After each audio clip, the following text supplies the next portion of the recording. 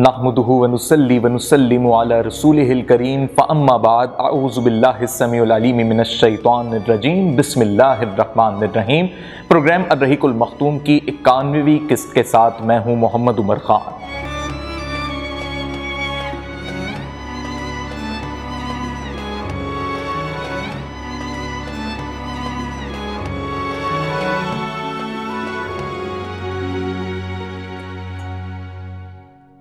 ناظرین محترم، گزشتہ قسط میں ہم نے آپ کو بتایا کہ آپ صلی اللہ علیہ وآلہ وسلم حجۃ الوداع کے لیے روانہ ہوئے مدینے سے، اور صورتحال یہاں تک پہنچ گئی تھی کہ عرفہ کے میدان تک پہنچ چکے تھے، اور اب خطبہ حجۃ الوداع کا یہ موقع ہے کہ آپ صلی اللہ علیہ وآلہ وسلم نے 1,24,000 سے زائد مسلمانوں سے خطاب کرنا ہے۔ کوئی لاؤڈ اسپیکر کا انتظام نہیں، کوئی جدید ٹیکنالوجی نہیں، مسلمانوں کا ٹھاٹے مارتا ہوا یہ سمندر اور آپ صلی اللہ علیہ وآلہ وسلم کا خطبہ سننے کے لیے مسلمان بے قرار ہیں۔ حج کا یہ موقع ہے، اس میں بہت سارے نو مسلم ہیں جو ابھی کچھ ماہ پہلے یا 1 سال پہلے مسلمان ہوئے، قبائل کی بڑی تعداد ہے، لیکن آج سب اللہ کے اس میدان کے اندر اس قرۂ ارض پہ ایک ہی لباس میں ایک ہی احرام کے اندر ہیں، اور سب لبیک اللہم لبیک کی صداؤں کے ساتھ آج جمع ہوئے ہیں۔ آج آپ صلی اللہ علیہ وآلہ وسلم نے امت سے جو خطاب کرنا ہے وہ آپ صلی اللہ علیہ وآلہ وسلم کی حیات مبارکہ کی وہ واضح اور آخری نصیحت ہے جو تا قیامت تمام مسلمانوں کے لیے اور مسلمانوں کے تمام طبقات کے لیے راہ ہدایت ہے۔ آپ صلی اللہ علیہ وآلہ وسلم نے اپنے اس خطاب کے ذریعے مسلمانوں کو زندگی گزارنے کے تمام وہ پہلو بتا دیے جس میں فرسودہ رسومات، جاہلانہ دور کے تمام عقائد سے لاپرواہ ہو کے مسلمان ایک یکتا اللہ کی عبادت کرتے ہوئے رسول اللہ صلی اللہ علیہ وآلہ وسلم کی شریعت کے پاسدار بن سکتے ہیں۔ آپ صلی اللہ علیہ وآلہ وسلم نے جب خطبے کا آغاز کیا تو باقاعدہ طور پہ آپ صلی اللہ علیہ وآلہ وسلم نے خطبے کے لیے، جو آج کی تاریخ میں بھی آپ جب جمعے کے خطبے کو سنتے ہیں تو جو انداز امام کی جانب سے اپنایا جاتا ہے تو آپ صلی اللہ علیہ وآلہ وسلم کی ہی یہ سنت ہے کہ آپ صلی اللہ علیہ وآلہ وسلم نے اللہ کی حمد و ثنا کے ساتھ خطبے کا آغاز کیا اور کہا کہ الحمدللہ نحمدہ ونستعینہ ونعوذ باللہ من شرور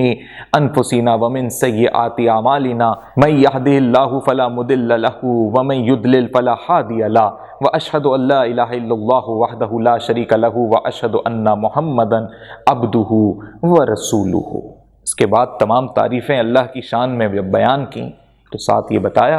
کہ محمد اللہ کے رسول ہیں، اللہ کے بندے ہیں، اللہ کی عبادت کرنے والے ہیں،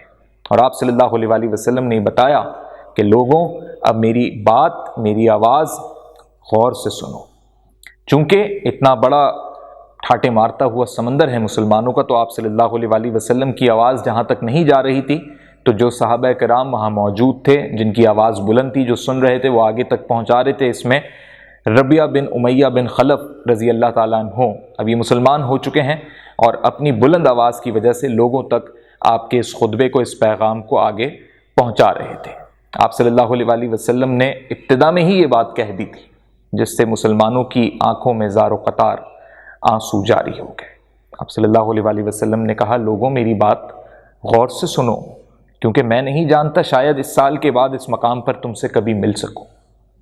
کیونکہ آپ صلی اللہ علیہ وآلہ وسلم وہ کیفیت محسوس کر رہے تھے، اور جس طرح حضرت معاذ سے میں نے گزشتہ قسط میں آپ کو بتایا کہ واضح کہہ دیا تھا کہ جب تم لوٹو تو پھر اسی مدینے میں، اسی مسجد نبوی میں یہاں پھر میری قبر اطہر ہو۔ تو وہی بات تھی جب آغاز ہوا خطبے کا، تو جب یہ بات کہی تو لوگ سمجھ گئے کہ نبی صلی اللہ علیہ وآلہ وسلم کی حیات مبارکہ میں، آپ کی موجودگی میں ہم جو یہ عبادت کر رہے ہیں، جو خطبہ ہم سن رہے ہیں اور جو حج کے مناسک ادا کر رہے ہیں، اب نبی کے ساتھ ہمیں دوبارہ یہ موقع نہیں ملے گا۔ اللہ اکبر۔ نبی کے چاہنے والے صحابہ ہوں، مسلمان ہوں، کوئی بھی شخص ہو، جس کے کانوں میں یہ بات گئی زار و قطار رونے لگا، آنکھوں میں آنسو آ گئے۔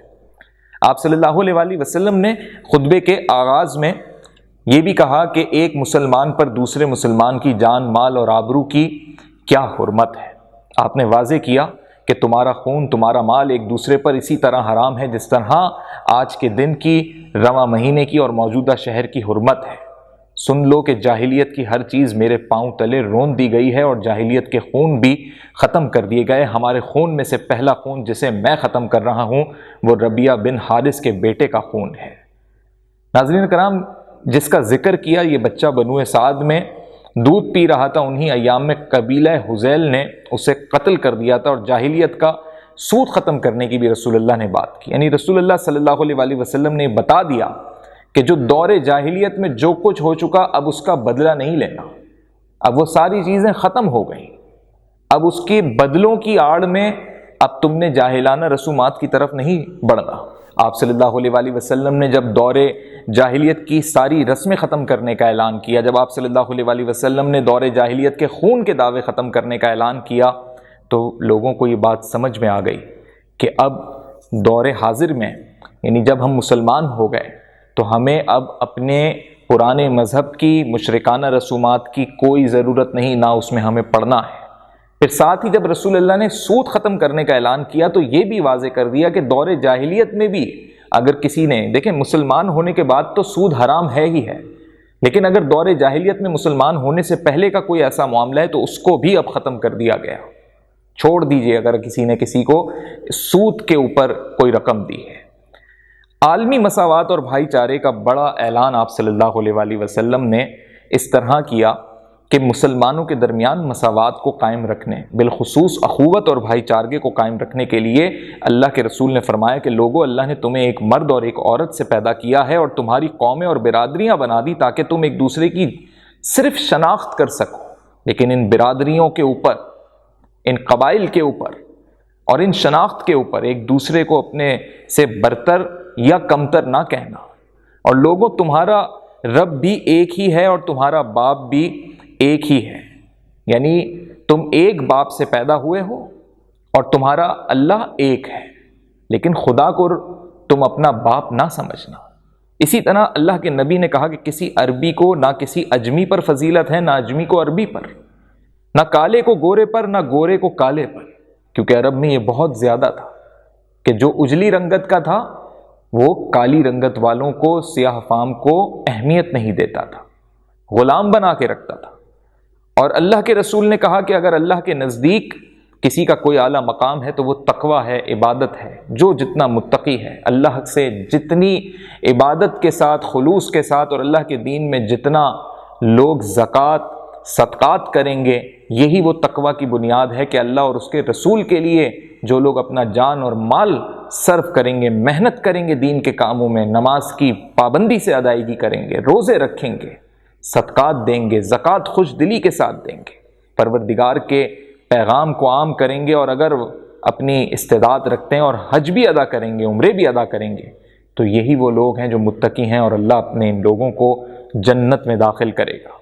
اس کے بعد رسول اللہ صلی اللہ علیہ وسلم نے سب سے اہم جو نقطہ ہے اس خطبے کا، کیونکہ عرب کے اندر بچیوں کو پیدا ہوتے ہی زندہ درگور کر دیا جاتا تھا، بہت برا سمجھا جاتا تھا کسی کے گھر بیٹی پیدا ہوئی ہے، شرم کے مارے کئی روز گھر سے باہر نہیں نکلتا تھا وہ شخص، اور اپنے آپ کو عرب کے اندر بڑا دکھانے کے لیے علل اعلان بچیوں کو دفنایا جاتا تھا. آج بھی وہ مقام سعودی عرب کے اندر موجود ہے، جس جگہ نہ ڈرلنگ ہو سکتی ہے، نہ کوئی کام ہو سکتا ہے، اس کو بالکل احاطہ کر دیا، کیونکہ اس کی زمین پہ آج بھی اگر کوئی کھدائی ہوتی ہے تو زمین خون اگل دیتی ہے. یہ وہی جگہ ہے جہاں پہ سب سے زیادہ قریش کے لوگوں نے بچیوں کو، پیدا ہوئی بھی بچیوں کو زندہ درگور کیا تھا، یعنی زندہ دفنا دیا تھا. تو یہ عورتوں کا وہ مقام نہیں تھا جو اسلام نے دیا کہ زندہ عورت کو دفنا دیا جاتا تھا، کوئی بھی الزام لگا کے دفنا دیا جاتا تھا، قتل کر دیا جاتا تھا یا فروخت کر دیا جاتا تھا. لونڈی بنانے کے نام پر بے حرمتی کی جاتی تھی، عصمت دری ہوتی تھی. عورتوں کو تو کوئی حیثیت ہی معاشرے میں نہیں تھی، لیکن اسلام نے عورتوں کو وہ مقام دیا کہ پھر عورت کو ماں کا درجہ دے کے اس کے قدموں تلے جنت کر دی، عورت کو بیوی کا درجہ دے کے اس کے لیے حق مہر کے ساتھ ساتھ اس کے حقوق کا تعین کر دیا، اس کے فرائض کا تعین کر دیا. اور اللہ کے نبی نے واضح کہا کہ عورتوں کے معاملے میں اللہ سے ڈرتے رہو، ان کا تم پر حق ہے اور تمہارا ان پر حق ہے کہ وہ تمہارے بستر پر تمہارے علاوہ کسی کو نہ آنے دیں، اور نہ ہی کسی ایسے شخص کو تمہارے گھر میں آنے دیں جسے تم ناپسند کرتے ہو. اور اگر تمہیں ان سے اس معاملے میں نافرمانی کا خوف ہو تو انہیں نصیحت کرو اور انہیں اپنی خوابگاہوں سے پھر علیحدہ کر دو. دیکھیں اللہ کے نبی نے جہاں عورتوں کو وہ اسٹیٹس دیا جو اسلام نے دیا، وہیں عورتوں کو بھی یہ تاکید کی، یہ تنبیہ کی کہ عورتیں بھی سدھر جائیں، وہ پھر اپنے شوہروں کے ساتھ وفادار رہیں، وہ پھر زنا کی طرف نہ بڑھیں، وہ چوری کی طرف نہ بڑھیں، وہ بھی پھر اپنے حمل کو نہ گرائیں، اور وہ بھی پھر سب سے بڑی بات یہ کہ اپنے شوہر کی فرما بردار رہیں، کیونکہ اللہ کے نبی کا یہ فرمان ہے کہ جسے پھر تم ناپسند کرتے ہو تو پھر وہ اس شخص کو گھر میں داخل نہ ہونے دیں، یعنی تمہاری تابعدار رہیں۔ پھر اگر وہ کبھی ایسا کام کر گزریں تو انہیں ہلکی ضرب لگاؤ۔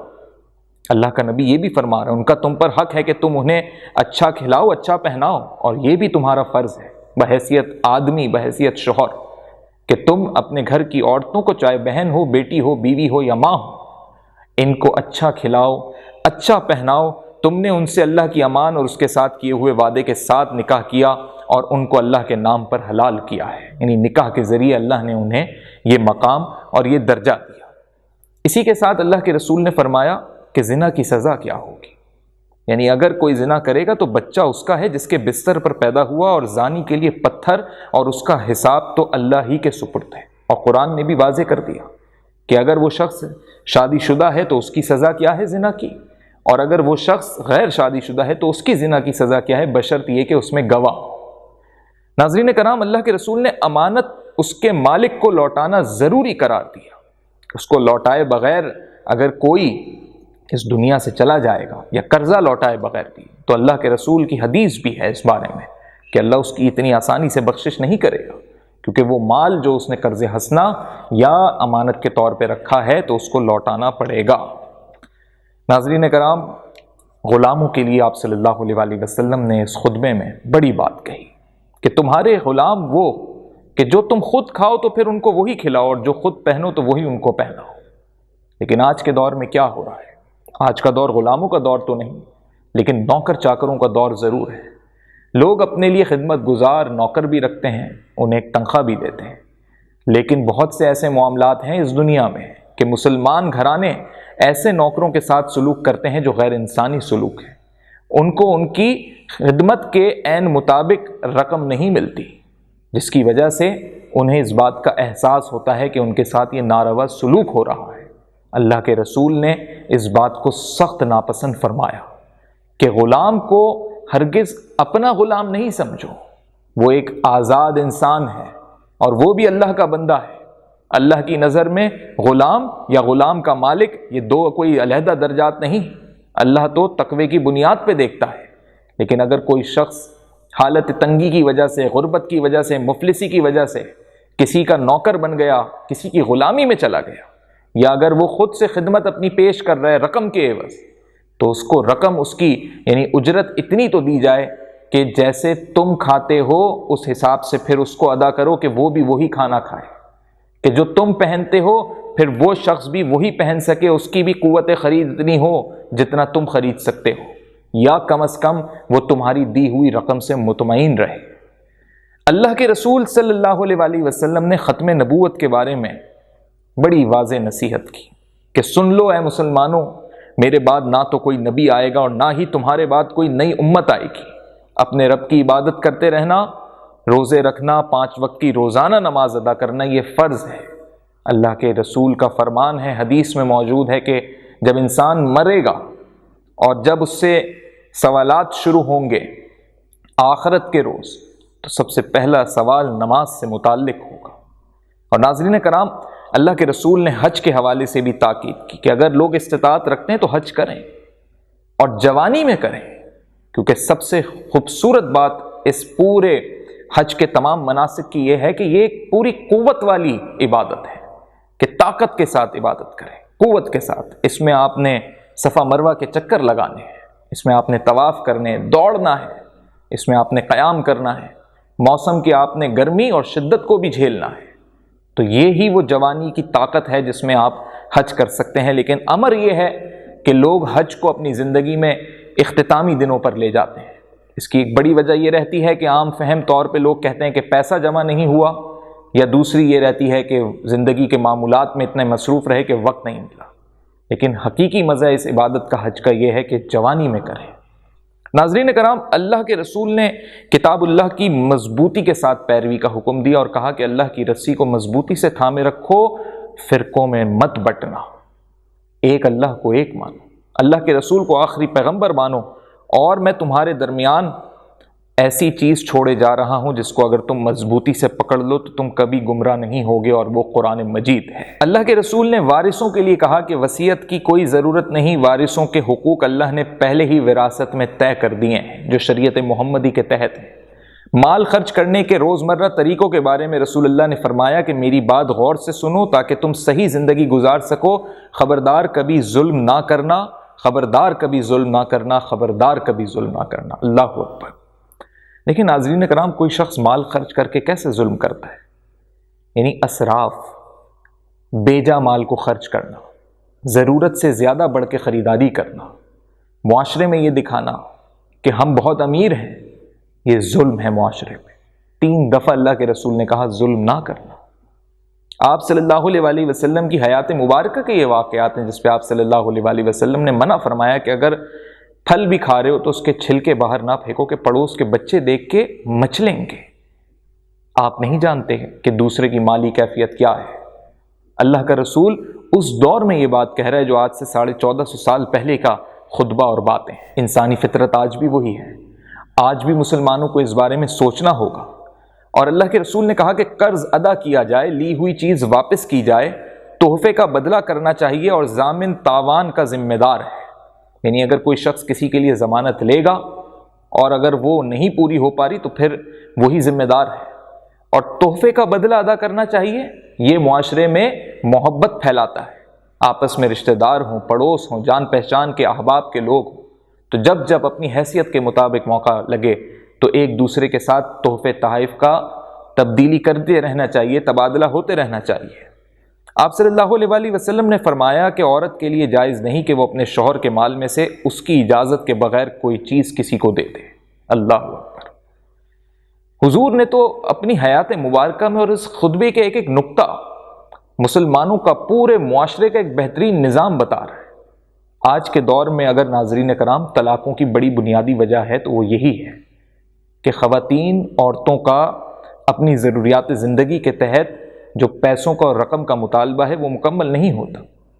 شوہر اور مرد یہ جانتا ہے کہ ایک عورت کی ضرورت کے لیے کتنی رقم یا کتنی مقدار کی ضرورت ہے، لیکن جب خواتین کا اس میں یہ رویہ ہو جاتا ہے کہ وہ اپنے شوہر کے مال میں سے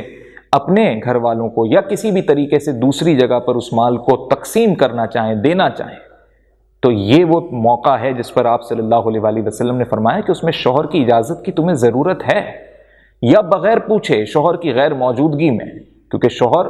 اپنے اس مال کو اگر گھر میں رکھ رہا ہے تو پھر بیوی امانت دار بن کے رہے۔ ناظرین کرام، اللہ کے رسول نے یہ کہا کہ ہر شخص اپنے اعمال کا ذمہ دار خود ہے۔ کبھی ایسا نہیں ہو سکتا کہ انسان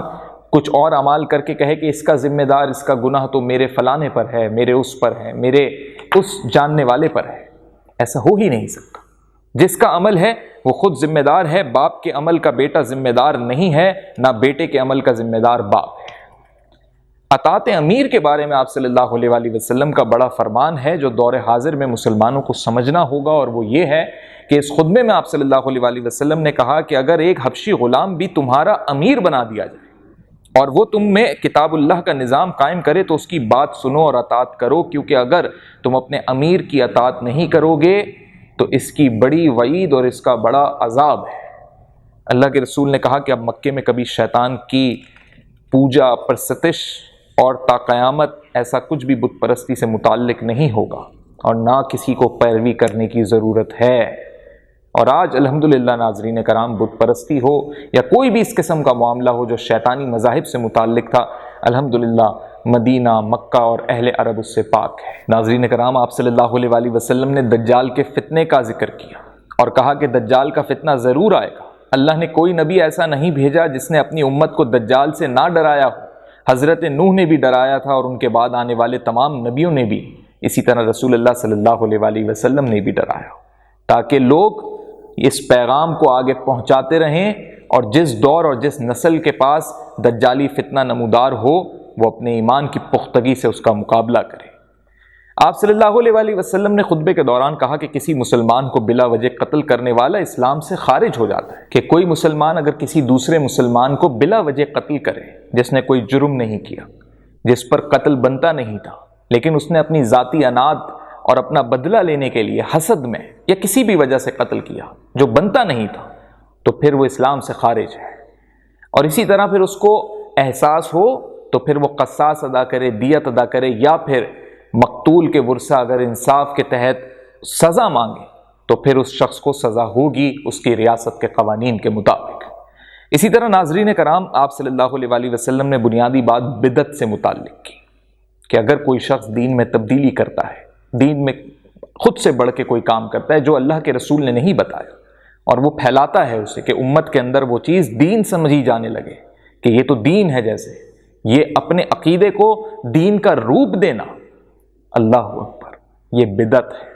اور اس پر اللہ کے رسول کا فرمان ہے کہ پھر آب کوثر پہ اس کو میرے ہاتھوں سے وہ پانی نصیب نہیں ہوگا۔ آج ہم سب کی یہی خواہش ہے کہ ہم سب جنت میں جائیں تو آپ صلی اللہ علیہ وآلہ وسلم کا دیدار ہو، آب کوثر پہ وہ حوض کوثر سے ہم پانی پئیں جو رسول اللہ اپنے امتیوں کو، صدیقین اور صالحین کو، شہداء کو پلائیں گے۔ ہم سب کی یہ خواہش ہے، لیکن اگر ہم اللہ کے رسول کے دین میں، اللہ کے دین میں بدعت کریں، جو چیز دین میں ہے ہی نہیں ہم اسے بنا لیں اور اسے پھیلائیں،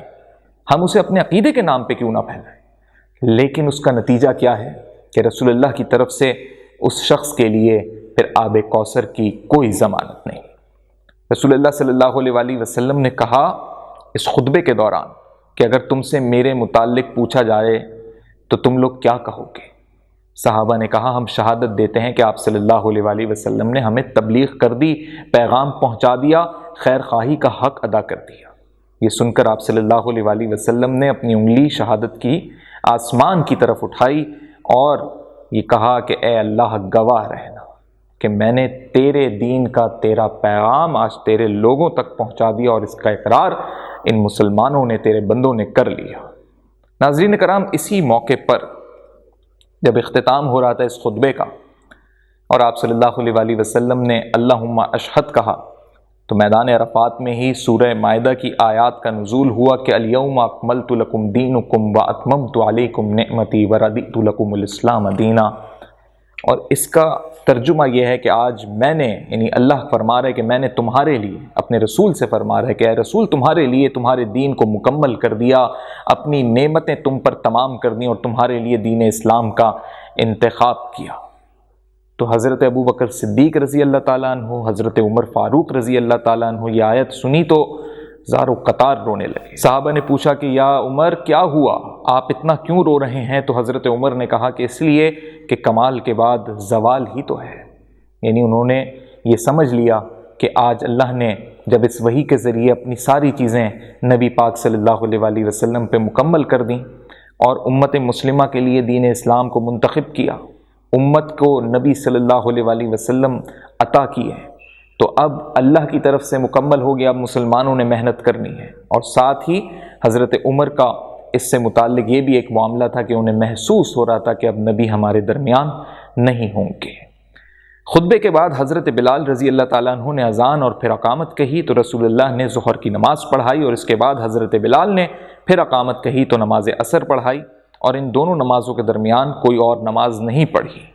اور اس کے بعد آپ صلی اللہ علیہ وآلہ وسلم اپنی اونٹنی کی جانب پڑ گئے، اور اس کے بعد لوگ پیدل چلتے رہے، کچھ آگے کی جانب بڑھے۔ تو اسی وقت آپ صلی اللہ علیہ وآلہ وسلم نے اپنے جائے وقوف پہ وہاں پر کچھ دیر آرام کیا، وہاں رکے، اور پھر حضرت اسامہ کو یہ موقع ملا کہ وہ آپ کی سواری کے پیچھے بیٹھے، اور پھر آپ صلی اللہ علیہ وآلہ وسلم وہاں سے روانہ ہو کے مزدلفہ تشریف لے آئے۔ مزدلفہ میں مغرب اور عشاء کی نمازیں ادا ہوئیں، اور یہ ایک ہی اذان کے ساتھ ادا ہوئیں، ان کی 2 اقامتیں پڑھی گئیں، درمیان میں کوئی نفل نہیں پڑھے گئے، اور اس کے بعد آپ صلی اللہ علیہ وآلہ وسلم لیٹ گئے، نماز فجر تک وہیں پر آرام کیا، اور پھر جب صبح نمودار ہونے لگی تو اذان اور اقامت کے ساتھ فجر پڑھی، اور اس کے بعد قصوہ پر سوار ہو کر پھر مشعر حرام تشریف لے آئے اور قبلہ رخ ہو کر اللہ سے دعا کی، اور تکبیر و تحلیل ہوئی، توحید کے کلمات ادا کیے، اور جتنی دیر ٹھہرے رہے خوب جب تک اجالا نہیں ہو گیا، اور پھر جب سورج طلوع ہونے سے پہلے پہلے منی کے لیے روانہ ہو گئے۔ یہ ساری وہ مناسک ہیں جو آج بھی حج کے موقع پہ اسی طریقے سے فالو کیا جاتا ہے یا ان کو اسی طرح اپنایا جاتا ہے۔ اس دفعہ حضرت فضل بن عباس رضی اللہ تعالیٰ عنہ کو موقع ملا کہ وہ آپ صلی اللہ علیہ وآلہ وسلم کے پیچھے سوار ہوئے، پھر آپ صلی اللہ علیہ وآلہ وسلم نے اپنی سواری کو ذرا تیز دوڑایا تو جمرہ کبریٰ پر پہنچ گئے، جہاں پر آپ یہ سمجھ لیں کہ ایک درخت ہوتا تھا اس وقت وہاں پہ، یعنی بڑا شیطان کہلاتا ہے، جمرہ عقبہ بھی کہتے ہیں، جمرہ کبریٰ بھی کہتے ہیں، جمرہ اولیٰ بھی کہتے ہیں، اور وہاں پر آپ صلی اللہ علیہ وآلہ وسلم نے 7 کنکریاں ماری۔ اس کے بعد کنکریاں بہت چھوٹی تھیں، لہٰذا اس پوری مناسک کو ادا کرنے کے بعد آپ صلی اللہ علیہ وآلہ وسلم نے اپنے جانب سے 100 اونٹ قربان کیے، جس میں سے 63 اونٹ آپ صلی اللہ علیہ وآلہ وسلم نے اپنے ہاتھ سے ذبح کیے، اور پھر بقیہ جو اونٹ تھے 37 اونٹ جو تھے باقی، وہ حضرت علی کو کہا کہ آپ ذبح کر لیں، کیونکہ ان پورے 100 اونٹوں میں حضرت علی کو بھی آپ نے شامل رکھا، اور آپ صلی اللہ علیہ وآلہ وسلم نے پھر ہر ایک اونٹ کا گوشت کا ایک حصہ لے کے، 100 اونٹ تھے تو 100 حصے ہو گئے، تو اسی کی 100 بوٹیوں کو لے کے پکوایا اور خود بھی تناول فرمایا، اور پھر اس کا شوربہ بھی پیا، حضرت علی نے بھی کھایا، یعنی جو قربانی کرے وہ ضرور اپنی قربانی کا گوشت بھی کھائے۔ پھر اس کے بعد آپ صلی اللہ علیہ وآلہ وسلم سوار ہو کر مکہ تشریف لے گئے، بیت اللہ کا طواف فرمایا، طواف افادہ کہتے ہیں، اور مکہ ہی میں پھر ظہر کی نماز ادا فرمائی، اور چاہے زمزم پہ جو عبد المطلب کے سمجھیں کہ گھرانے کے لوگ تھے، بنو المطلب، یعنی اب آپ صلی اللہ علیہ وآلہ وسلم کا یہ خانوادہ ہے، وہ حجاج کرام کو زمزم پلا رہے، تو آپ صلی اللہ علیہ وآلہ وسلم نے فرمایا کہ یہ بڑا نیک کام ہے، میرا بھی دل کرتا ہے میں کروں، لیکن پھر صحابہ اس چیز کو سنت بنا لیں گے حج کے مناسک میں، تو آپ صلی اللہ علیہ وآلہ وسلم نے بس اس میں حسب خواہش جو پانی تھا آب زمزم وہ پیا، سیر ہوئے اس سے، لیکن بنو عبد المطلب کی، اور یہی دادا عبد المطلب کے دور سے اور اس سے پہلے سے جو بنو ہاشم کا ایک طور طریقہ تھا کہ وہ خدمت گزاری کرتے تھے حج پہ آنے والوں کی، وہ آج بھی قائم و دائم ہے۔ یہ یوم النحر تھا ناظرین کرام، جس دن قربانی ہوئی، یعنی 10 ذی الحج لگ چکی تھی، اور اس دن آپ صلی اللہ علیہ وآلہ وسلم نے ایک اور خطبہ دیا تھا، اور وہی ساری باتیں دہرائی تھیں، کیونکہ بہت سارے لوگ تھے، آپ صلی اللہ علیہ وآلہ وسلم سے لوگ ملتے جا رہے تھے، تو بہت سو نے خطبہ سن لیا تھا، لیکن بہت سو نے آپ صلی اللہ علیہ وآلہ وسلم سے سننے کے بجائے جو بیچ میں صحابہ تھے، جو آواز آ رہی تھی وہ آگے تک پہنچا رہے تھے، تو وہ باتیں دوبارہ دہراتی تھی۔ اسی کے بعد آپ صلی اللہ علیہ وآلہ وسلم نے دوبارہ ایک مقام پہ ایک اور خطبہ دیا، اور پھر اس کے بعد آپ صلی اللہ علیہ وآلہ وسلم نے لوگوں سے ہر خطبے کے بعد یہ پوچھا کہ لوگوں تم تک میری باتیں پہنچ گئیں، تم گواہ رہنا ان تمام تر باتوں کے۔ اور اس کے بعد آپ صلی اللہ علیہ وآلہ وسلم 11، 12، 13 ذی الحج تک منی میں ہی مقیم رہے، اور اس دوران آپ نے حج کے مناسک بھی ادا کیے، لوگوں کو شریعت کے احکام بھی سکھائے، دین کی باتیں بھی سکھائیں، اور جتنے بھی شرک کے آثار تھے، بدعت سے متعلق باتیں تھیں یا بت پرستی سے متعلق باتیں تھیں، وہ سب آپ نے منع کی۔ یہ ایام تشریق کہلاتے ہیں، جس میں آپ صلی اللہ علیہ وآلہ وسلم نے ایک دن اور خطبہ دیا تھا، اور اس کے بعد آپ صلی اللہ علیہ وآلہ وسلم وادی البطح کی جانب بڑھے، وہاں بنی کنانہ میں آرام کیا کچھ وقت آپ نے، اور پھر دن کا باقی حصہ اور رات وہیں گزاری، اور پھر ظہر، عصر، مغرب، عشاء کی نمازیں پڑھیں، البتہ عشاء کے بعد تھوڑا سو کر اٹھے، اور پھر سوار ہو کر بیت اللہ تشریف لے گئے۔ تو اب جو آپ کا طواف تھا وہ آخری طواف تھا، یہ طواف الوداع ہے، اور اب جو نبی طواف کر کے اللہ کے گھر سے نکل رہے ہیں، تو اب کبھی مکہ واپس آنا نہیں ہوگا۔ ناظرین کرام، یہ ہے میرے اللہ کے رسول محمد صلی اللہ علیہ وآلہ وسلم کا خطبہ حجۃ الوداع، آخری وہ موقع جب مسلمانوں سے خطابت ہوئی، نصیحت ہوئی، اور اللہ کے رسول نے حج ادا کیا، صحابہ کو حج کی ساری چیزیں سکھا دیں، سارے معاملات بتا دیے۔ دور حاضر وقت بدلتا گیا، ٹیکنالوجی کی وجہ سے چیزیں اسی میں شامل ہوتی گئیں، لیکن کوئی بھی مناسک حج نہیں بدلا۔ آپ بس یہ سمجھ لیجئے کہ اس وقت لاؤڈ اسپیکر نہیں تھا، آج کی تاریخ میں لاؤڈ اسپیکر، ٹیلی ویژن، انٹرنیٹ کے ذریعے وہی خطبہ ہر جگہ سنا جاتا ہے، لیکن حج کی ادائیگی اسی کی ہے جو اس مقام پہ موجود ہے، جس نے احرام باندھا ہے، جس نے نیت کی ہے، جس نے قربانی کی ہے، اور مناسک بالکل صحیح ادا کی ہے۔ تو الحمدللہ میرے رسول محمد صلی اللہ علیہ وآلہ وسلم نے جو ہمیں سکھایا، آج 1400 سال گزرنے کے باوجود بھی سب چیزیں الحمدللہ اسلام کا بول بالا ہے، مسلمانوں کی تعداد دنیا میں بڑھتی جا رہی ہے، اور اللہ ہم سب کو یہ موقع دے کہ ہم اپنی زندگیوں میں ایک دفعہ لازمی حج ادا کر سکیں، اپنے اہل و عیال کے ساتھ کر سکیں، اور جوانی میں کر سکیں، کیونکہ جب انسان بوڑھا اور بزرگ ہو جاتا ہے تو پھر وہ دوڑنا، موسم کی حدت اور شدت جو ہے وہ بڑا مشکل مرحلہ پیدا کرتی ہے، اور محرم کے ساتھ حج ادا کر سکیں، اور اللہ کی طرف سے ہم اس حج کو اپنے لیے سعادت سمجھ کے ادا کر سکیں، اور اپنی جانب سے ادا کر سکیں۔ یہ بڑی دعا ہے ناظرین، کہ اللہ ہمیں اس قابل کرے کہ ہم اپنے مال و دولت کے عوض اپنا حج ادا کر سکیں، کہ ہمیں اس معاملے میں، اس عبادت میں کسی اور کی جانب دیکھنا نہ پڑے، اور اللہ کے رسول نے جو خطبہ حجۃ الوداع کی باتیں کی اس خطبے کی روشنی میں